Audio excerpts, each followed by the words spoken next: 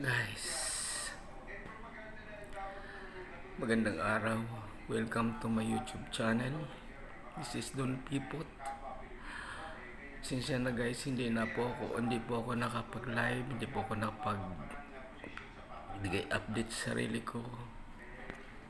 Dito po ako ngayon, naka-confine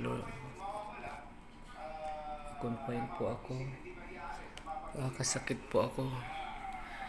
Hindi pa po ako nakalabas sa hospital. 3 days na po. Nag-aantay po ako. Masakit po itong liig ko. Itong liig ko po napakasakit.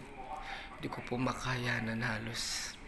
Thank you sa pasensya. This is Don Pipot. Sinabi, please subscribe, like, and share.